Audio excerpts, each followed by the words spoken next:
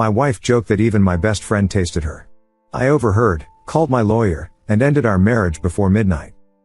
I'm sitting in my study at 6 a.m., running my fingers along the spine of a 1922 edition of Ulysses, when I realize my marriage has been dead for longer than I've admitted. The leather feels more genuine than anything Fiona and I have shared in months. My name's Elias Moreno. I broker customs deals for high-value imports, artwork, antiquities, the kind of stuff that needs someone who knows both regulations and people. The rare books? That's my real passion. First editions, signed copies, manuscripts that smell like history. My study holds about 3,000 volumes, each one authenticated, each one a small rebellion against the digital world. Fiona's probably already at her lab. She's a food scientist, but not the kind who makes frozen dinners taste less like cardboard. She develops flavor profiles for premium brands, the difference between champagne that costs $50 and $500. She can tell you why bergamot makes Earl Grey taste sophisticated and how to make synthetic truffle oil fool a sommelier. Brilliant woman. Cold as liquid nitrogen, but brilliant. 8 years we've been married. The first 3 were good. The next 2 were routine. These last 3? We're actors who forgot we're on stage. Tonight's the charity gala I organized for pediatric research. My connections, her charm. We still make a good team when there's an audience. By 7:30, I'm at my office reviewing customs documentation for a shipment of Italian marble. My assistant, Delia, brings coffee, Ethiopian, medium roast, no sugar. She knows my patterns better than my wife does. Don't forget the gala tonight, she reminds me. As if I could. I've raised almost $200,000 for this cause. The day moves in contracts and calculations. I like the precision of my work. Every form has a purpose. Every signature has weight. There's no ambiguity in customs law, either your paperwork's correct or your shipment sits in a warehouse bleeding storage fees. Jonah texts around 4, helicopter had mechanical issues. Running late tonight. Jonah Mercer. My best friend since college. Runs a charter helicopter service for executives who think traffic laws are for poor people. He's the guy who convinced me to try skydiving, taught me to play poker, and stood as my best man when I married Fiona. These days we see each other maybe twice a month. He's always flying somewhere, I'm always buried in documentation. The gala starts at 7. I arrive at 6:45 to check arrangements. The venue's perfect, a restored bank building with 30-foot ceilings and marble columns. Fiona shows up at 7:15 in a black cocktail dress that probably cost more than most people's rent. She kisses my cheek. Her lips are cold. You look good, she says. It sounds like an evaluation, not a compliment. The evening unfolds predictably. Doctors give speeches about breakthrough treatments. Donors write checks. Fiona works the room like she's conducting a symphony, a laugh here, a hand on an arm there. She's magnificent at this. I watch her from across the room and feel nothing. Jonah finally arrives around 9:30, still in his pilot's jacket. He hugs me, slaps my back. Sorry, man. Magneto problems. No worries. Bar's still open. The formal program ends at 10. Most donors leave, but about 30 of us move to the after-party in the building's vault room. They've converted it into a lounge, leather chairs, candlelight, champagne that Fiona probably helped select. I'm discussing import tariffs with a collector when Fiona appears at my elbow. She's had 3 glasses of champagne. Maybe 4. Her hand rests on my arm, but she's looking past me at Jonah, who's telling some story about flying through a storm. She leans close. Her breath tickles my ear. Then she says it. Even your best friend tasted me. She giggles like she's made a clever joke. My expression doesn't change. I pull out my phone, pretend to check a message, and tap record. The room's quiet enough. The phone's close enough. And that's when I hear Jonah laugh, too loud, too long, too knowing. He's not laughing at his own story. He's laughing at me. Then, clear as a bell above the soft jazz and clinking glasses, he says something that makes my blood turn to ice. Worth every minute of those 3 years. Jonah's words cut through the ambient noise like a blade through silk. He's not even trying to be discreet. The bastard's proud of it. I keep recording for another 10 seconds, catching Fiona's nervous giggle and someone asking Jonah about tomorrow's weather for flying. My thumb finds the stop button. Save. Upload to cloud. All automatic, all muscle memory from documenting cargo inspections. Excuse me, I tell the collector. Need to make a call. I walk out of the vault room, Through the main hall where staff are stacking chairs, and out into the October night. The air tastes clean after the suffocating sweetness of champagne and perfume. I don't run. I don't storm. I walk to the coffee shop across the street that stays open late for the theater crowd. Double espresso, I tell the barista. Then I call Bradley Novak. Bradley's been my lawyer for 12 years. He structured my business, wrote my will, and drafted my prenup. He answers on the second ring despite it being past 10. Elias. Everything all right? Remember those contingency clauses we discussed? A pause. Bradley doesn't need more explanation. We'd built them into everything, not because I expected betrayal, but because I've seen too many shipments seized due to poor documentation. You prepare for every possibility. The infidelity provisions? Activate everything. You have evidence? Recording. Clear admission. From both parties. How solid? Crystal. Another pause. I hear him typing. I can have the trustee freeze joint accounts within the hour. The property trust reverts to your sole control at midnight. Corporate restructuring initiates Monday morning. Do it. Elias, are you? I'm calm, Bradley. Just execute the plan. I end the call, finish my espresso, and walk back to the gala. The after-party's still going. Fiona's sitting with her sister Bianca, who must have arrived late. Jonah's at the bar, getting another whiskey. I circle the room, thanking donors, shaking hands. Normal. Controlled. When I reach Fiona, I bend down and kiss her cheek. She smiles, reaches for my hand. I let her take it. Then I lean close, my lips near her ear, mirroring her position from earlier. We're done. She laughs, thinking I mean the party. 5 more minutes? Bianca just got here. I straighten up, smile at Bianca, and walk away. Fiona calls after me about taking separate cars. She'll ride with her sister. Perfect. The drive home takes 23 minutes. I use 18 of them on conference calls with Bradley. The trustee's already working. The accounts will freeze at 11:45 p.m. The house's smart lock system will reset at midnight. Her corporate card expires at 12:01 a.m. The prenup's airtight, Bradley confirms. Infidelity clause triggers forfeiture of all marital assets acquired during the marriage. She keeps her premarital assets, nothing more. And the business? The LLC reverts to sole ownership given breach of fiduciary duty. Her flavor formulas remain company property. By the time I pull into my garage, the machine's in motion. I pour myself a scotch, 21-year Balvenie, and sit in my kitchen watching the clock.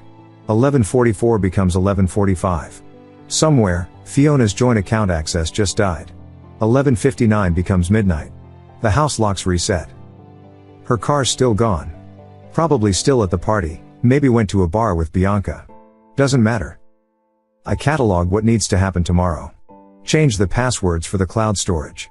Update the insurance beneficiaries. Call my accountant about restructuring the quarterly payments. Every step planned, every document prepared. My phone buzzes. Not Fiona. Not Jonah. It's Delia, my assistant. Sorry to text so late. Saw you called Bradley's office, he's my cousin, remember? If you need anything pulled from the files, I'm up. Also, you should check the shared cloud folder from 2019. The one labeled conference materials. I set down my scotch. 2019. That was when Fiona attended that flavor development conference in Miami. Jonah had been training new pilots in Fort Lauderdale the same week. I'd thought nothing of it at the time. I open my laptop, navigate to the folder. Inside are Fiona's presentation materials, hotel receipts, conference schedule.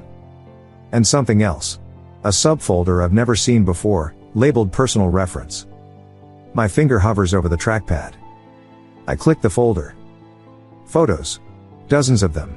Fiona at the conference, professional shots from her presentation. But mixed in are others, dinner at a waterfront restaurant, sunset on a beach, a selfie in what's clearly not her hotel room. The metadata doesn't lie, taken 3 hours after her conference day ended, geotagged 4 miles from the venue. And there, in the corner of the beach photo, a partial shadow of the photographer. I zoom in. Pilot's watch on the wrist. The same Breitling I helped Jonah pick out for his 30th birthday. I cross-reference with my own records. Pull up Jonah's flight logs from his company website, he posts them for clients to track their pilots' hours. Fort Lauderdale, February 2019.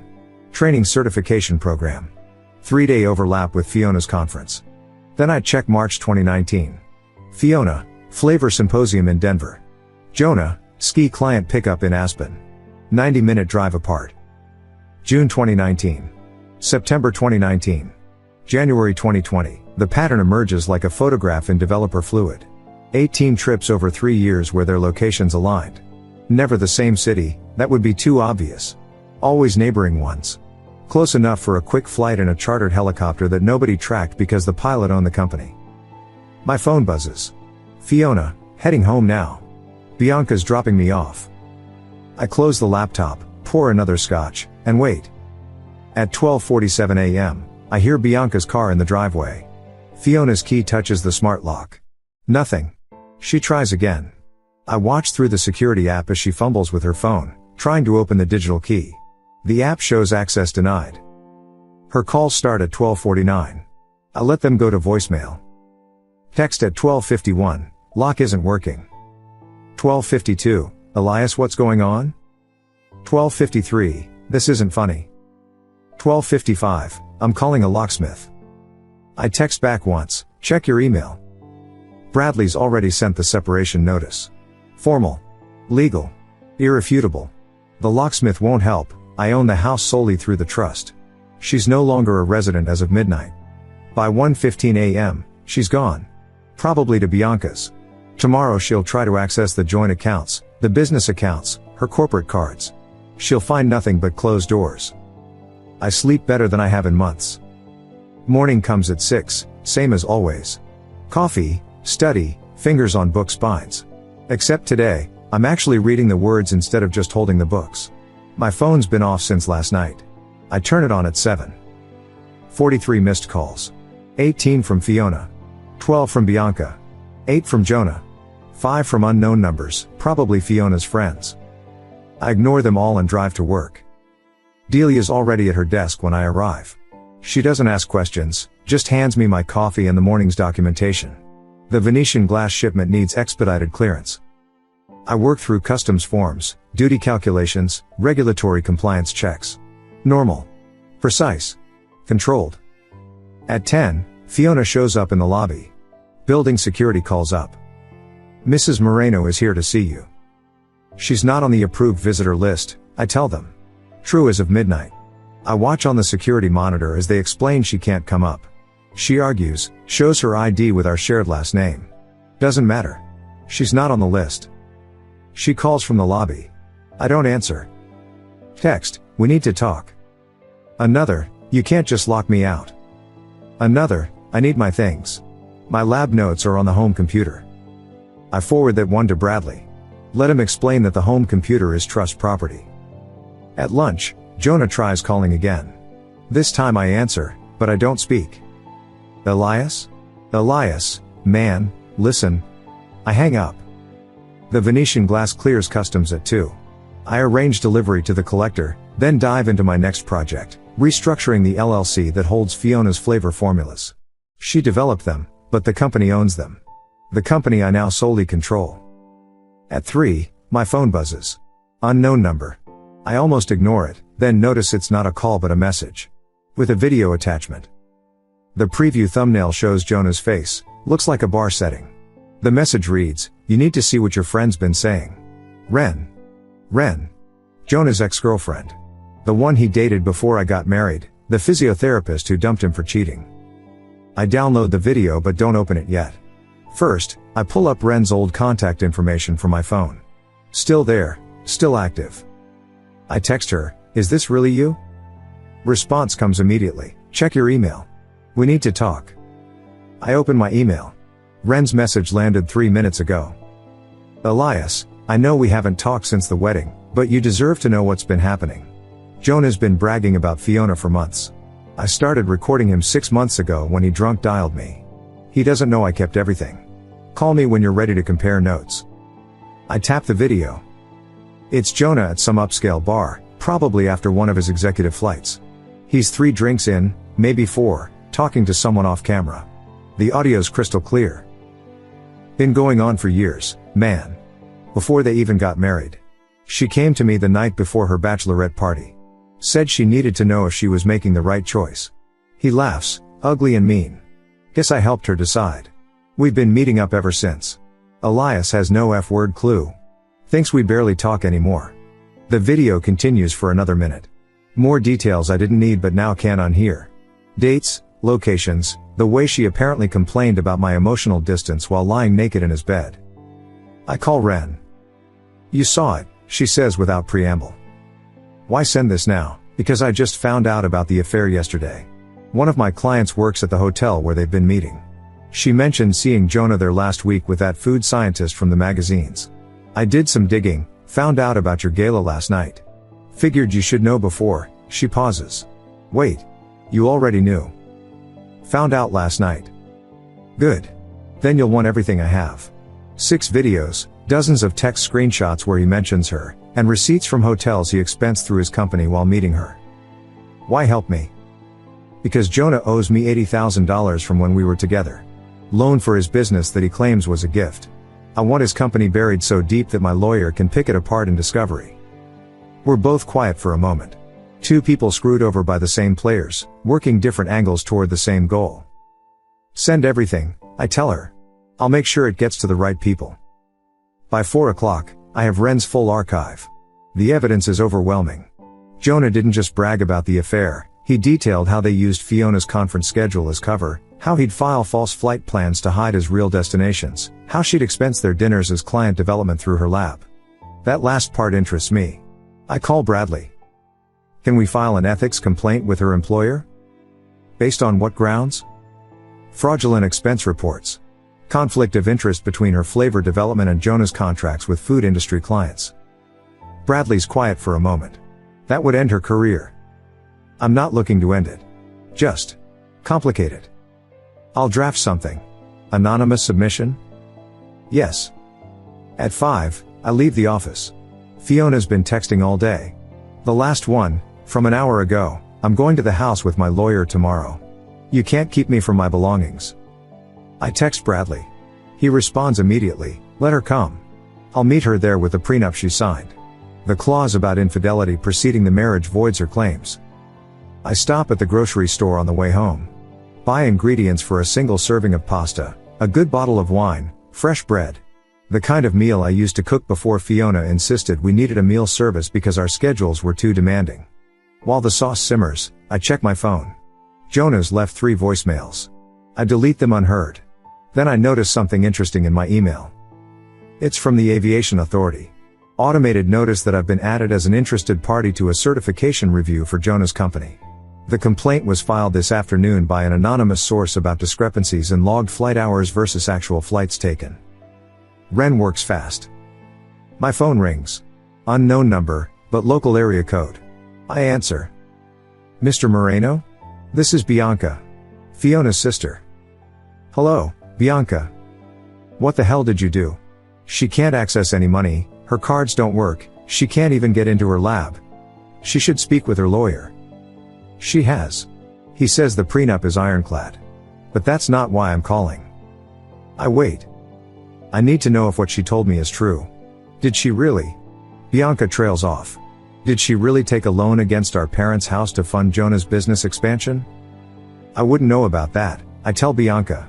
Fiona handled her family's finances separately. Don't BS word me, Elias. She says you've frozen everything, that you planned this. If she defaults on that loan because you've trapped her money, any loans she took are her responsibility.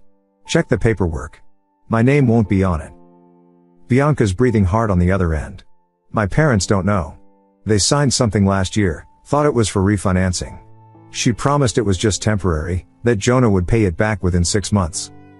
Then she should ask Jonah for the money. His accounts are under review. Something about false flight records. He can't access his business funds either. Her voice cracks. My parents could lose their house. That's between Fiona and your parents. She hangs up. I finish cooking my pasta, eat it slowly while reading a first edition of Hemingway's short stories. The house feels larger without Fiona's constant phone calls, her heels clicking on hardwood, her lab equipment humming in the spare room she converted to a home office. At 8, Bradley calls. The ethics complaint was received. Her employer's launching an internal investigation Monday. They've suspended her corporate card pending review. How'd they move that fast? Turns out this isn't their first concern about expense irregularities. Your complaint just gave them the excuse to act. By 10, I'm in bed, actually tired for once. Real exhaustion, not the restless anxiety I've carried for years without naming it. Saturday morning brings a circus I watch from my security cameras. Fiona arrives at 9 with her lawyer, some strip mall attorney who probably promised he could break the prenup. Bradley's already there with 2 paralegals and a stack of documents. I stay inside, watch through the app as they stand in my driveway. Fiona's lawyer reads the prenup, flips pages, reads again. His shoulders drop. Bradley hands him something else, photos from the 2019 folder, printed and date-stamped. Fiona starts crying. Not the pretty tears she deploys at galas, but ugly, angry sobs. Her lawyer puts a hand on her shoulder, shakes his head. They're in the driveway for exactly 12 minutes before leaving. Bradley texts, offered her $50,000 to walk away quietly. Clean break, no contested divorce, she signs an NDA. Her lawyer will convince her to take it. $50,000 won't cover the loan against her parents' house. That's her problem to solve. By noon, Wren's campaign against Jonah accelerates. She's contacted 3 of his investors about the Aviation Authority investigation. His certification review is scheduled for Tuesday. He has to account for every logged flight hour for the past 3 years. He calls me 14 times. I don't answer. At 3, something interesting happens. Fiona's business partner, Richard, calls me directly. Elias, I need those flavor formulas. We have a presentation Wednesday for a major client. The formulas belong to the LLC, which Fiona owns half of. Owned. Past tense. Check the operating agreement. Breach of fiduciary duty triggers automatic buyout at book value, not market value. That's robbery. Those formulas are worth millions. Then she shouldn't have charged personal expenses as business development while meeting her lover.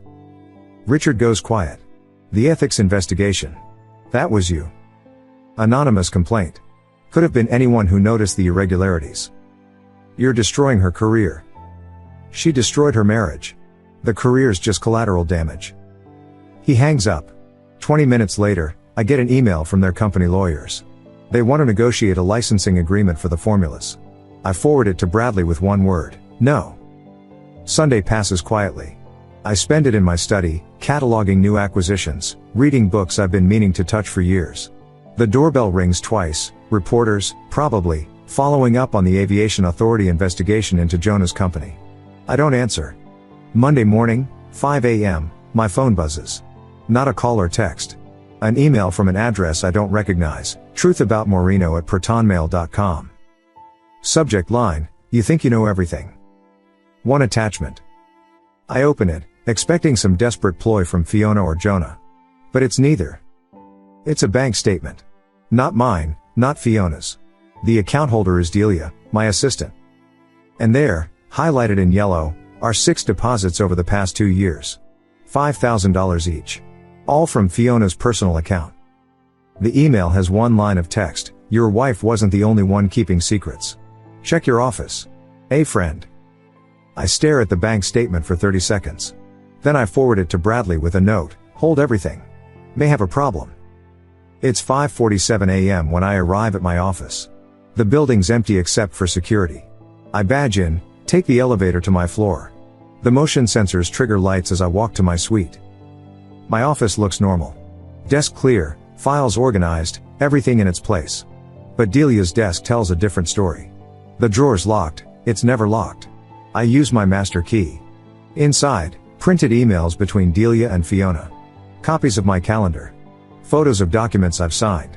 And a flash drive labeled insurance. I plug it in. It's all there.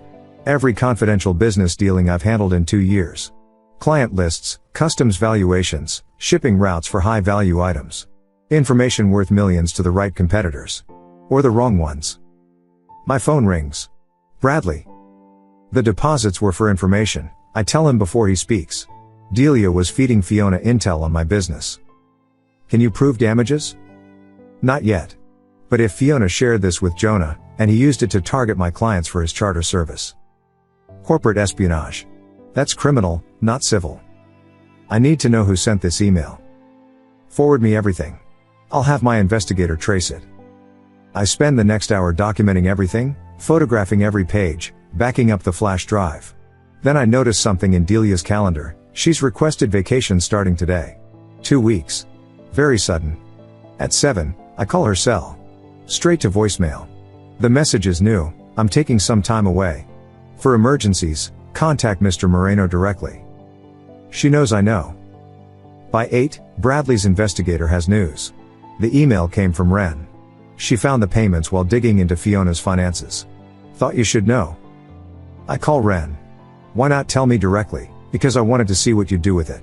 Whether you'd cover for your assistant or face the truth. You passed. This changes my leverage with Fiona. No, it improves it. She wasn't just cheating. She was stealing corporate intelligence. That voids any settlement offer. She's right. I call Bradley back. Withdraw the $50,000 offer. Already done. I've also notified the FBI's white-collar division. Corporate espionage across state lines is their jurisdiction. By noon, Fiona's lawyer calls Bradley begging for the original deal. Too late. By 2, Jonah's lost his flight certification for 90 days. The investigators found 68 unexplained flights. His investors pull out by close of business. Tuesday, Fiona comes to the house one last time. No lawyer. No Bianca. Just her. I meet her at the door but don't invite her in. Delia disappeared, she says. Did you fire her? Yes. Report her to the FBI? Also yes. Fiona's face crumbles. I never used the information. I just wanted to know what you were thinking, what deals you were working. You shut me out. So you paid my assistant to spy on me. I was lonely. You were calculating. There's a difference. She looks older suddenly. The careful makeup can't hide the stress lines, the exhaustion.